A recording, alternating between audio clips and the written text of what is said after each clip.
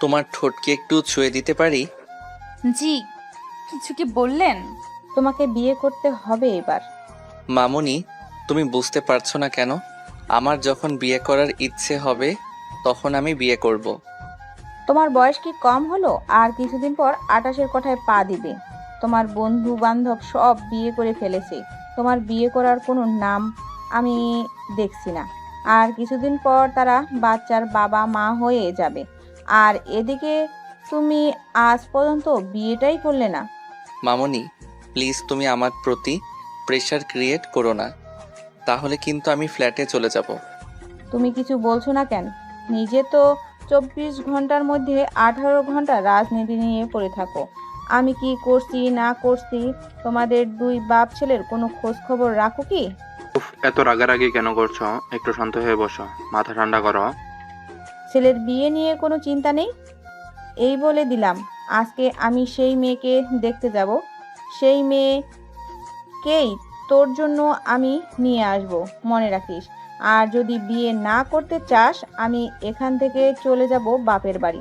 তারপরে তোরা বাপ ছেলে থাকিস। মামুনি, প্লিজ একটু শান্ত হও। এত হাইপার হচ্ছ কেন? তোমার বিপি বেড়ে যাবে তো। যাক, বেড়ে আমার বিপি, তাতে তোদের কি? আমি মরে গেলেই তো তোদের দুই বাপ ছেলের শান্তি। এবার কিন্তু বেশি বেশি বলছো হাওয়া। তুমি তুমি খুব ভালো করে জানো আমাকে, আমরা অচল। আর তুমি আর একা কোথায় থাকো? বাড়িতে এতগুলো কাজের লোক আছে। হানিফ চৌধুরীর কথা শুনে হাওয়া চৌধুরী যেন আরো তেলে বেগুনে জ্বলে উঠল। কিছু না বলে রুমে গিয়ে জোরে দরজা লাগিয়ে দিল। জান তার পাপার দিকে অসহায় চোখে তাকালো। পাপা? আমি আর কিছু করতে পারবো না। তোমার মামুনি এবার খুব রেগে আছে। বিয়েটা করে নাও, বয়স তো আর কম হলো না।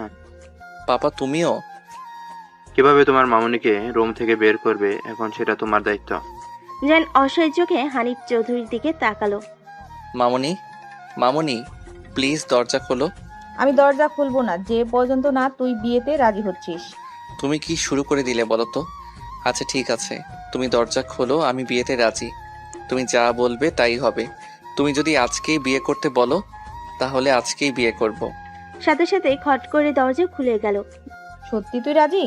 হুম, আজকে করতে হবে বিয়ে। হ্যাঁ, আমি আজকেই করাবো। তোর ওপর বিশ্বাস নেই আমার, কখন আবার বেঁকে বসবি। যা বলবে তাই হবে, কিন্তু বলবে তো মেয়ে কি করে। তোর মনে আছে কিছুদিন আগে আমার পা মচকে গিয়েছিল? তোকে একটা মেয়ের কথা বলেছিলাম। হুম। ওই মেয়েটা, কি বলবো মেয়েটাকে, কি সুন্দর দেখতে। যেমন সুন্দর তেমন তার আচরণ ব্যবহার, শান্ত শিষ্ট নম্র ভদ্র। তুমি আর দেখাতেই কেমন করে বুঝলে? একটা হাতেই কি চেনা যায়? এই হাওয়া চৌধুরীর চোখে ফাঁকি দেওয়া অসম্ভব। মেয়েটা এবার ইন্টার সেকেন্ড ইয়ারে পড়াশোনা করছে আমাদের কলেজে। অসম্ভব? একে তো বয়স কম, আমার সাথে মেয়েটার বয়স ডিফারেন্ট অনেক। তার উপর আমাদের কলেজের স্টুডেন্ট। সবাই জানাজানি হলে কি হবে তুমি বুঝতে পারছো? এই বিয়ে আমি কখনোই করব না। তুই বললেই হলো, তোর কথায় কে শুনবে? বয়স ডিফারেন্টের কথা বলছিস? আমার আর তোর পাপার বয়সের তফাৎ কতখানি? 15 বছর। আর সেখানে তো তোর সাথে মেয়েটার বয়স ডিফারেন্ট হবে 10 থেকে 12 বছর। আমি কি সংসার করে যা খাচ্ছি না তোর পাপার সাথে? তাহলে অসুবিধা কোথায়? আর রইল বাকি কলেজের কথা, কলেজে কাউকে জানাবি না তোদের বিয়ের কথা। যখন সময় হবে তখন আমি সবাইকে দাওয়াত দিয়ে অনুষ্ঠান করব। তুমি যতটা সহজভাবে বলছো না ততটাও সাহস না বিষয়গুলো। আমি এত কিছু জানতে চাই না, তুই গিয়ে রেডি হ। আমি তোর মামাকে ফোন দিচ্ছি, ওরাও যাবে আমাদের সাথে। জান অসহায় চোখে মায়ের দিকে তাকিয়ে রইল। কি আর করার, তার তো হাত পা বাঁধা। অগত্যা সে রুমে চলে গেল। এদিকে হাওয়া চৌধুরী তার ভাইকে ফোন দিয়ে তাড়াতাড়ি আসতে বললেন। জান রেডি হয়ে নিচে নেমে দেখে সবাই ড্রয়িং রুমে বসে তার জন্য অপেক্ষা করছে।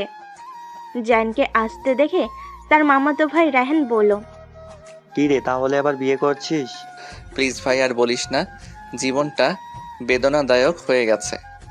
আর কতদিন? বয়স তো আর কম হলো না। দেখ, আমি বিয়ে করে নিয়েছি, কিছুদিন পর বাচ্চার বাবা হব, আর তুই এখনো বিয়ে করলি না। তোরা সবাই আজকে আটঘাট বেঁধে এসেছিস আমার বিয়ে দেওয়ার জন্য। এদিকে তো দেখছি তত্ত্ব রেডি। মায়া তো মার্কেট করলো আবার কবে? ফুফু গতকাল মার্কেট করেছে, সাথে আমার মা বউ দুজনেই ছিল। বাহ, তার মানে তোরা সবাই আমার বিয়ে দেওয়ার জন্য আগে থেকেই সব রেডি করে রেখেছিস, শুধু আমি জানি না। হয়েছে একটা পুরনো প্রবাদ আছে না, যার বিয়ে তার হুঁশ নেই, পাড়াপড়শির ঘুম নেই। তোদের হয়েছে সেই অবস্থা। এখন তুই যদি বিয়ে করতে না চাস, পাড়া প্রতিবেশী তো দেখবে, তাই না? জান আরো কিছু বলতে যাবে তার আগেই হাওয়া চৌধুরী বলে উঠল। অনেক কথা হয়েছে, এখন তাড়াতাড়ি চলো, এমনিতেই দেরি হয়ে গেছে, আরও দেরি হয়ে যাবে। কি রে, তুই এখনো শুয়ে শুয়ে বই পড়ছিস? ওনারা চলে এলো বলে তোকে দেখতে। চল চল, তাড়াতাড়ি ওঠ, বই রেখে আমি তোকে সাজিয়ে দিই। আপু তুমি কখন আসলে? অনেকক্ষণ হয়ে গেছে। তোর তো বই নিয়ে বসলে কোনো হুঁশ থাকে না। চল চল, তাড়াতাড়ি তোকে তৈরি করে দিব। মামি এই শাড়িটা দিয়েছে তোকে পরানোর জন্য। কি হলো এমন ভাবে তাকিয়ে? কিছু না। বুঝতে পেরেছি, টেনশন হচ্ছে তাই না? এমন হওয়া আর স্বাভাবিক। শোন, দেখতে আসলে তো আর বিয়েটা হয়ে যাচ্ছে না। তোর কি কোনো পছন্দ আছে? থাকলে বলতে পারিস, আমি মামার সাথে কথা বলবো। জানি মামা তোকে সাপোর্ট করবে। কি বলো এগুলো তুমি আপু? আমার পছন্দ না তুমি ভালো করেই জানো। আচ্ছা ঠিক আছে, সাজিয়ে দাও, কিন্তু হালকা করে সাজাবে। আমি কিন্তু এত গর্জিয়াস পছন্দ করি না। আর তোকে না সাজলেও এমনিতেই সুন্দর দেখা যায়। রিয়া লামিয়াকে সাজিয়ে দিতে লাগলো। হালকা মেকআপ, ঠোঁটে কাজল, গোলাপি ঠোঁটে আর একটু গোলাপি লিপ বাম, আরও যেন গোলাপি হয়ে গেছে কোমল ঠোঁট দুটো, গালে হালকা ব্লাশ, হাঁটু সমান লম্বা চুলগুলো হালকা করে বেনি করে দিল। এতে যেন লামিয়াকে আরো সুন্দর লাগছে। কি রে রিয়া, লামিয়াকে সাজানো হলো? ওরা তো চলে এসেছে। বলতে বলতে আফসানা খান মেয়ের রুমে প্রবেশ করলো। লামিয়াকে দেখে বলল, মাশাল্লাহ মাশাল্লাহ, আমার মেয়েটাকে তো খুব সুন্দর লাগছে। আমার মেয়েটা তো এমনিতেও পড়ি, এখন আরও বেশি সুন্দর লাগছে। দেখি দেখি কারো যেন নজর না লাগে। বলে নিজের চোখ থেকে কাজল নিয়ে কানে পিঠে ছুঁয়ে দিল। রিয়া, ওকে নিয়ে চল। জি মামি, আপনি ওখানে যান, আমি আসছি ওকে নিয়ে। রিয়ার কথা শুনে আফসানা খান লামিয়ার রুম থেকে চলে গেল। কি রে, এভাবে দাঁড়িয়ে আছিস কেন? চল। আপু তুই কি বলি আমি বুঝতে পেরেছি। আরে একটু নার্ভাস লাগবে, এটাই স্বাভাবিক। এই সময় প্রত্যেকটা মেয়েরই তোর যেমন ফিল হচ্ছে তেমনই ফিল হয়। আমারও ঠিক এমনটাই হয়েছিল। তোমার আবার এমন কি হবে কেন? তুমি তো ভাইয়ার সাথে রিলেশন করে বিয়ে করেছো। তোর ভাইয়ের সাথে রিলেশন করেছি তো কি হয়েছে? তারপর পরিবার তো আমার কাছে ছিল সম্পূর্ণ নতুন। আমরা যে প্রেম করে বিয়ে করেছি, এইসব কথা কি দুই পরিবারের কেউ জানে তুই ছাড়া? এইসব কথা বাদ দে, এখন এগুলো বলতে গেলে অনেক দেরি হয়ে যাবে। চল, ওনারা তোকে দেখার জন্য অপেক্ষা করছে। রিয়া লামিয়াকে নিয়ে তাদের সামনে নিয়ে যেতে লাগলো। আরে আরিফুল ভাই যে। আরে এত বড় রাজনীতিবিদের পায়ের ধুলা আজকে আমাদের বাড়িতে পড়লো, ব্যাপার কি? আমি আপনাকে এত করে আসতে বলতাম, আপনার সময় হতো না, আজকে চলে এলেন। ব্যাপারটা মনে হয় সিরিয়াস হয়ে গেল ভাই। শুনেছিলাম আপনার ছোট মেয়ে আছে। আমার গিন্নি তো মনে হয় আপনার মেয়েকেই পছন্দ করেছে। তাহলে আজকে আমার মেয়েকে যারা দেখতে আসছে তারাই কি আপনারা? আগে বসেন, তারপরে সব কথা হবে। আরিফুল খানের কথা শুনে সকলে সোফায় বসে পড়ল। তোমরা কি আগে থেকে একে অপরকে চেনো? আমার ভাইয়ের মতো। তোমাকে আমি অনেকবার আরিফুলের কথা বলেছিলাম না, এই সেই আরিফুল। আসলে আমারই ভুল হয়েছে। কি ভুল হলো ভাবি? রাজনীতিবিদ মানুষ, সবাই চিনবে, এটাই স্বাভাবিক। আপনার সাথে অনেক দেখা করার ইচ্ছা ছিল ভাবি, কিন্তু আপনি তো এইসব থেকে দূরে থাকেন, তাই আর কি দেখা হয়ে ওঠা হয়নি। সে যাই হোক, লামিয়া মাকে নিয়ে আসুন। আফসানা লামিয়া কই? যাও ওকে নিয়ে এসো। আমি তো ওদের ডাকতে গিয়েছিলাম, রিয়া নিয়ে আসছে, ওই তো চলে এসেছে। দুজনকে আজ থেকে আফসানা খান উক্ত কথা বলল, কিন্তু তার কথা শুনে সকলে সেদিকে তাকালো, কিন্তু জায়ান মাথা নিচু করে নিচের দিকে তাকিয়ে রইল। হাওয়া চৌধুরী লামিয়াকে নিয়ে তার পাশে বসালেন। লামিয়াকে উদ্দেশ্য করেই বলল, মাশাল্লাহ মাশাল্লাহ, মাকে তো আজকে খুব সুন্দর লাগছে, কারো নজর না লাগুক। তার কথায় লামিয়া লজ্জে মাথা নিচু করে নিল। কি রে, এইভাবে মাথা নিচু করে বসে আছিস কেন? সামনে তাকা। তুই কি নতুন বউয়ের মতো লজ্জা পাচ্ছিস নাকি? বলেই রায়হান তার পাশে থাকা জ্যানকে হাতের কনুই দিয়ে খোঁচাতে লাগলো। আরে তাকা না সামনে। রাহেনের কথা শুনে এবার জ্যান মাথা তুলে সামনের দিকে তাকালো। সামনে তাকাতেই তার বুকের ভিতর ধুকপুক শব্দ পেয়ে গেল। এভাবে তাকিয়ে থাকতে দেখে রাহেন বলল, কখন থেকে বলছি সামনে তাকাতে, তুই তাকাচ্ছিস না? আর এখন এইভাবে হ্যাংলার মতো তাকিয়ে আছিস কেন? নিজেকে সংযত কর, আশেপাশে সব মুরব্বি আছে। নিজে তো লজ্জায় পড়বি, সাথে আমাকেও লজ্জায় ফালাবি। শালা, ভাই আমি তোর কোন দিক দিয়ে শালা হই? না আমার কোনো ছোট বোন আছে যে তুই আমার বোনকে বিয়ে করেছিস তাই আমি তোর শালা? আর একটু বেশি কথা বলবি তো শাইলাকে সব বলে দিব। শাইলাকে আবার কি বলবি তুই?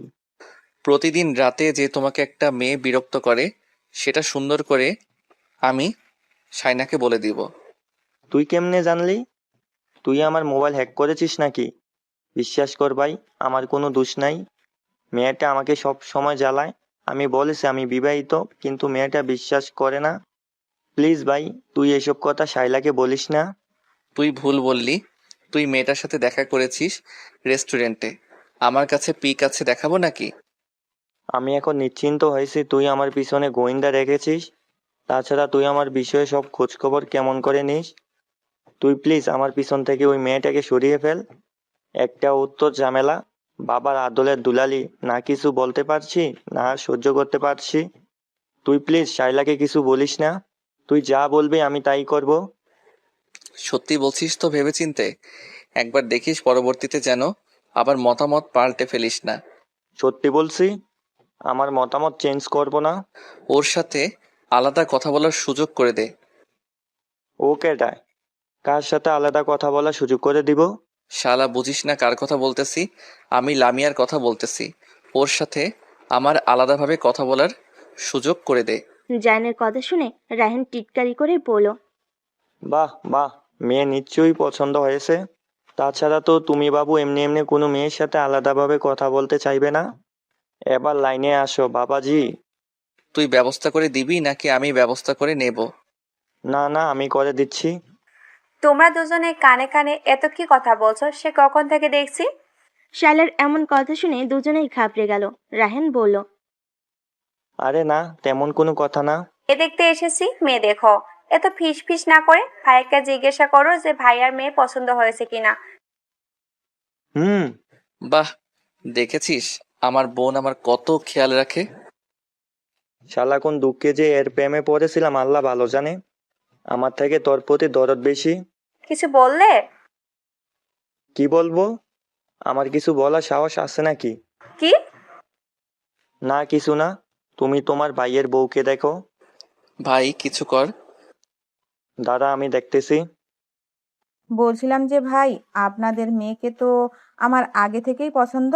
আপনারা দুজনে তো আগে থেকেই পরিচিত, এখানে আসার পর জানতে পারলাম। আসলে তোমার ভাবি বলতে চাচ্ছে যে আজকে বাগদান করতে।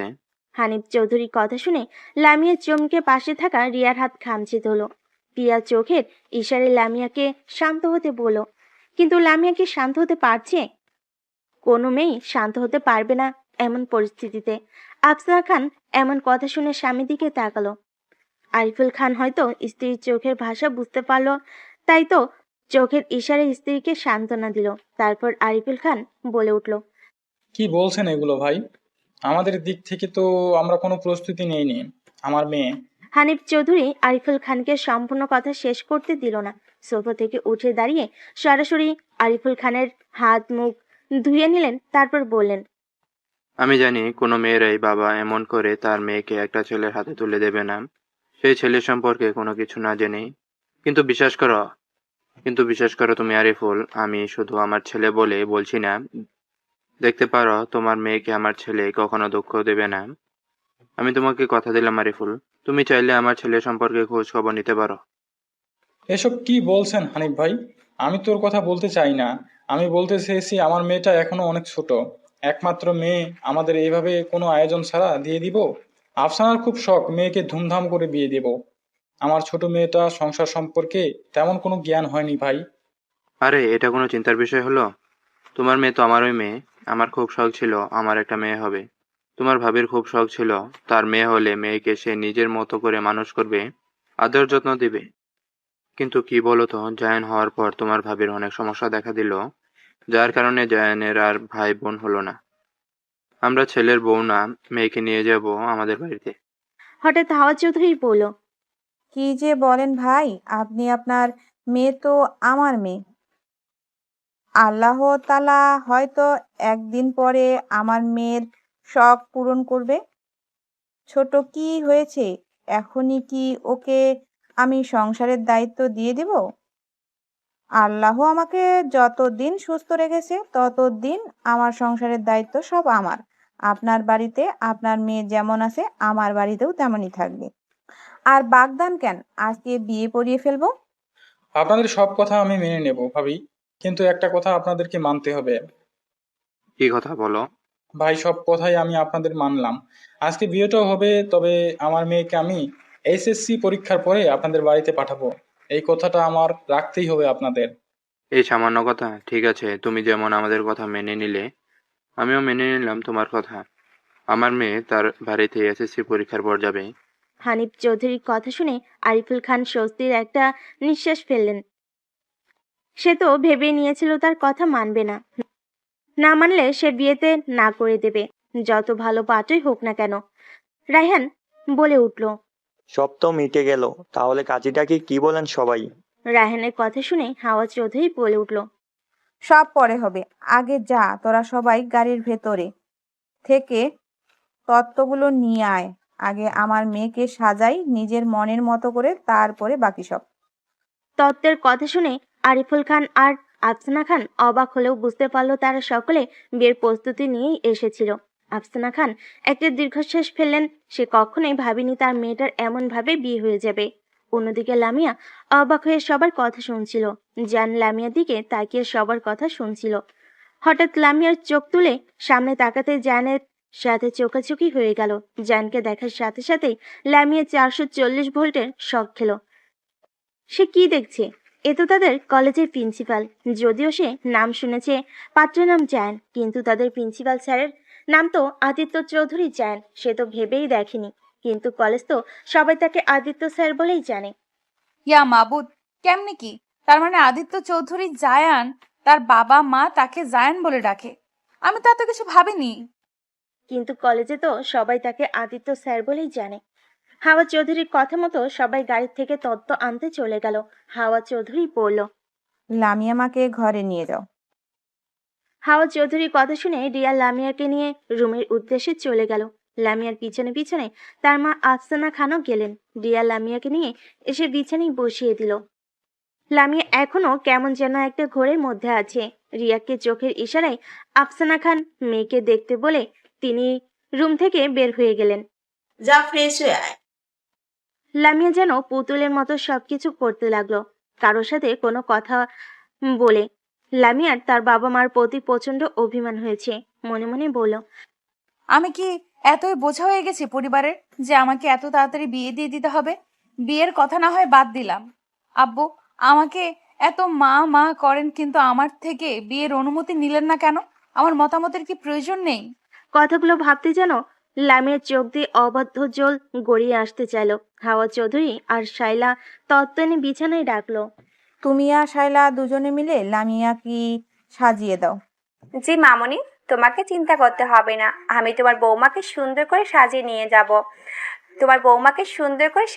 যাব। সেজন্য ভাইয়া তার বউয়ের দিক থেকে চোখ সরাতেই না পারে। শাইলার কথা শুনে লামিয়া লজ্জা লাল হয়ে গেল। এতক্ষণে এসব কথা ভুলে গেল। হাওয়া চৌধুরী রুম থেকে বেরিয়ে যেতেই রিয়া আর শাইলা লামিয়াকে সাজিয়ে দিতে লাগলো। ততটুকু একটা পুচকে মেয়ে, শাড়ি পরতে তো আরো পুচকে লাগবে। শাইলার কথা শুনে লামিয়া মাথা নিচু করে নিল। শোনো, তুমি আমার অনেক ছোট, কিন্তু আমি তোমাকে ভাবি বলে ডাকতে পারবো না, আমি তোমাকে বোন বলবো। শাইলার কথা শুনে লামিয়া মাথা নাড়িয়ে হ্যাঁ জানালো। আরে দেখছো, আমি পাগলের মতো বকবক করছি। তোমাকে যে তাড়াতাড়ি সাজাতে হবে সে কথা তো মাথা থেকে বেরিয়ে হয়ে গেছে। রিয়া, তুমিও ওকে শাড়িটা পরিয়ে দাও তো সুন্দর করে। আমি খুব একটা ভালো করে শাড়ি পরাতে পারি না। শাইলার কথায় রিয়া লামিয়াকে জায়ানদের আনা শাড়ি পরিয়ে দিল। ও মা সোনালি, শাড়িতে তো তোমাকে পরীর মতো লাগছে। আর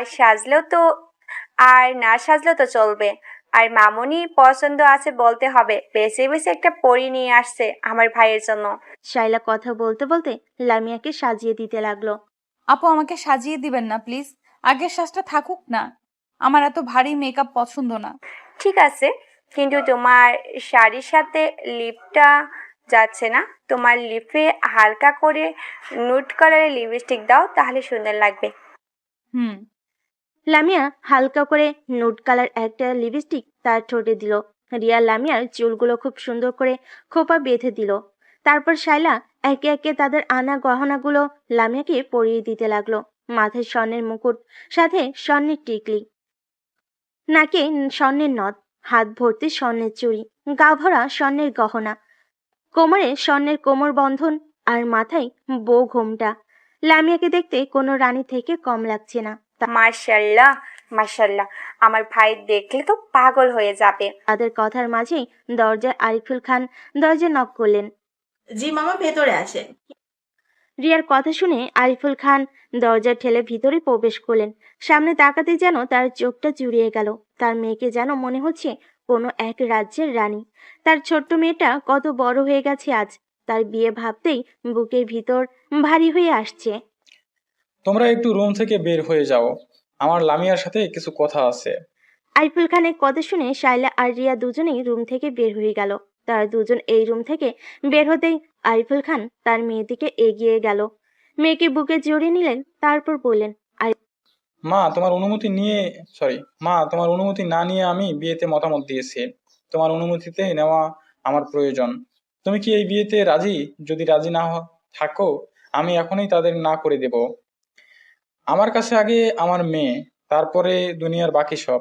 তুমি কি রাজি? আরিফুল খানের কথা শুনে এতক্ষণে সব রাগ ধুয়ে মুছিয়ে শেষ হয়ে গেল লামিয়ার। বাবার কথাই যেন কান্নাগুলো দলা পাকিয়ে বের হয়ে আসতে চাইলো ভেতর থেকে। মা আপনি কিছু বলছেন না কেন? আপনার কি বিরক্ত মত আছে? লামিয়া মুখ ফুটে বলল, আমি কি কখনো তোমাদের অবাধ্য হয়েছি বাবা? আমি কখনো তোমাদের অবাধ্য হইনি। আমি জানি আমার বাবা কখনো আমার খারাপ চাইবে না। মেয়ের এতটুকু কথা জানাই আরিফুল খানের জন্য যথেষ্ট ছিল। তার মেয়েকে কতটা ভালোবাসে তারা, এতটুকু কথাই আরিফুল খান বুঝে গেছে। আরিফুল খান আরো শক্ত করে নিজের বুকে জড়িয়ে ধরল। চোখ দিয়ে 2 ফোঁটা পানি গড়িয়ে পড়ল। পুরুষদের নাকি কাঁদতে মানা। একটা মেয়ের বাবা জানে এত বছর লালন পালন করে নিজের মেয়েকে অন্য ঘরে তুলে দিতে বাবার কেমন অনুভূতি হয়। যদি বাজারে সুখ কিনতে পাওয়া যেত, তাহলে সেই সুখ কিনতে প্রথমে মেয়ের বাবা যেত। লামিয়ার বাবার বুকে মাথা রেখে ফুপিয়ে উঠল। আরিফুল খান নিজের চোখের পানি মুছে লামিয়াকে তার সামনে দাঁড় করিয়ে চোখের পানি মুছে দিয়ে বলল, আমার মা কাঁদছে কেন? আমি তো আমার মার কোনোদিন চোখের পানি ঝরতে দেইনি।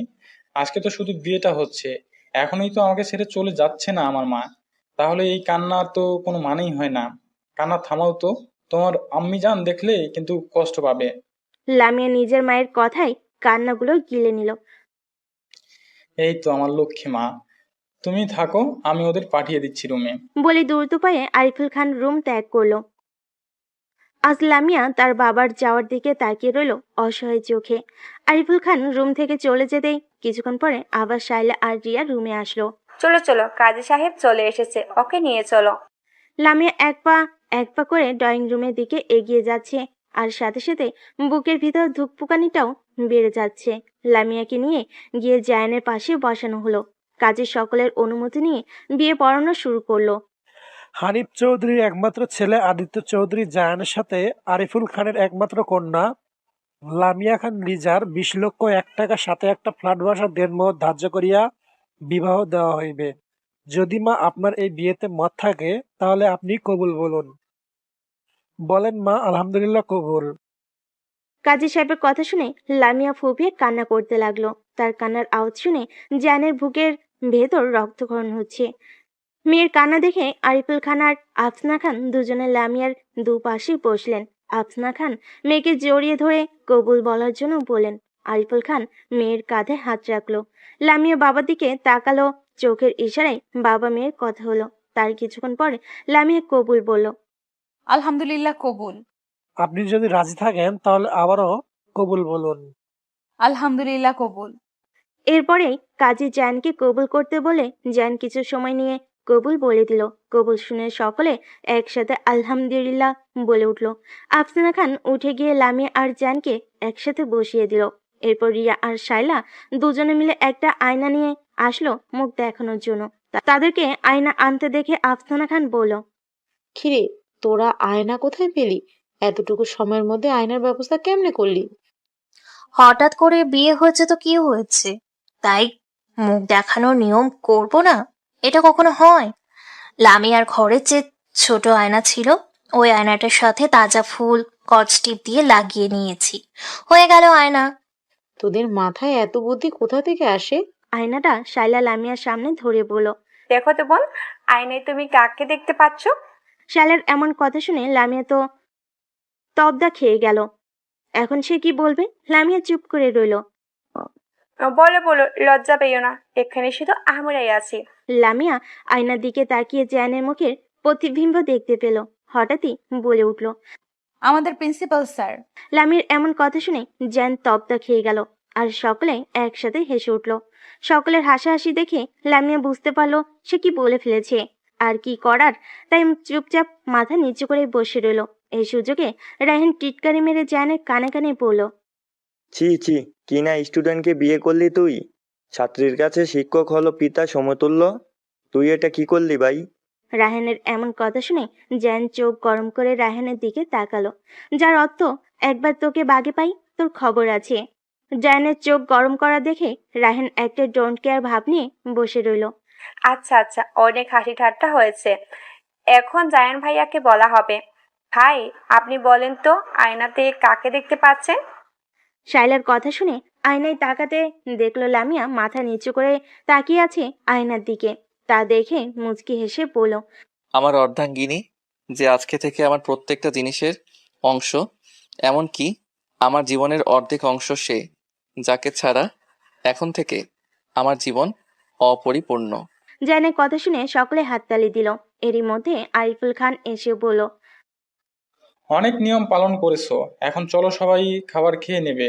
আপনারাও চলুন সবাই, রাত তো কম হয়ে গেল না? আরিফুল খানের কথা শুনে সকলে ড্রয়িং রুমে খাবার খেতে চলে গেল। জায়ানকে আর লামিয়াকে একসাথে বসানো হয়েছে। মিসেস চৌধুরী জায়ান আর লামিয়াকে এক প্লেটে খাইয়ে দিতে লাগলো। হঠাৎ রায়হান বলে উঠল, খা খা, দুজনে একসাথে খা। দুজনে একসাথে খেলে ভালোবাসা বাড়ে। রায়হানের এমন কথা শুনে লামিয়ার হঠাৎ বিষম উঠে গেল। তা দেখে জায়ান তাড়াতাড়ি করে পানির গ্লাস লামিয়ার দিকে এগিয়ে দিল। লামিয়া তাড়াতাড়ি করে পানিটুকু খেয়ে নিল।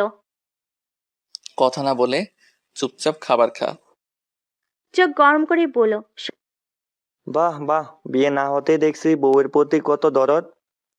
রায়হান, মেয়েটাকে আর জ্বালাস না তো, ভালো মতো খেতে দে মেয়েটাকে।